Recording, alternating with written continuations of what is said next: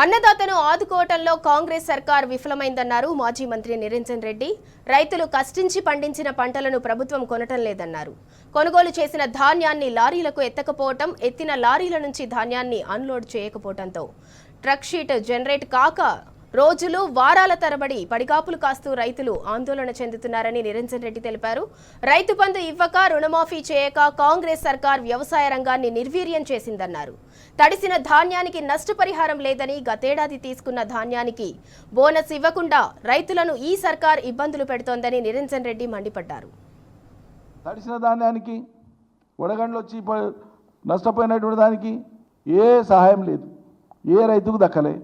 పోయినసారి ఇచ్చినటువంటి బోనస్ మీరు ప్రకటించింది ఎంత, ఇచ్చింది ఎంత, ముట్టింది ఎంత, ఒకనాడని లెక్క చెప్పినా?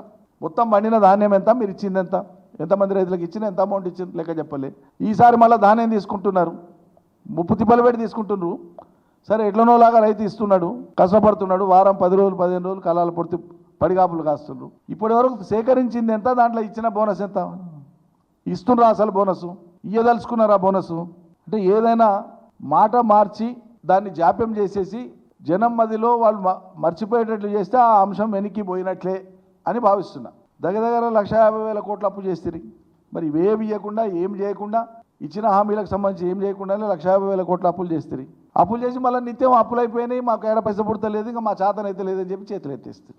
అన్నీ మాట్లాడింది మీరే, అన్ని ఇస్తామని చెప్పింది మీరే, ఎగిరెగిరి దుంకులాడింది మీరే. మాకు చేత కాదా, మాకు అనుభవం లేదా, మేము ఇంత గొప్ప వాళ్ళం, అంత పొడి వాళ్ళం, ఇంత లావాళ్ళం అని చెప్పుకున్నది మీరే.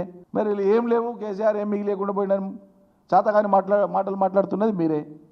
ఎవరి ఘోరమైనటువంటి వైఫల్యం కింద దీన్ని చూడాలి. మరి 100కి 100 పాళ్ళు ఈ ప్రభుత్వం యొక్క దారుణమైన వైఫల్యం, ఇది మామూలు వైఫల్యం కూడా కాదు.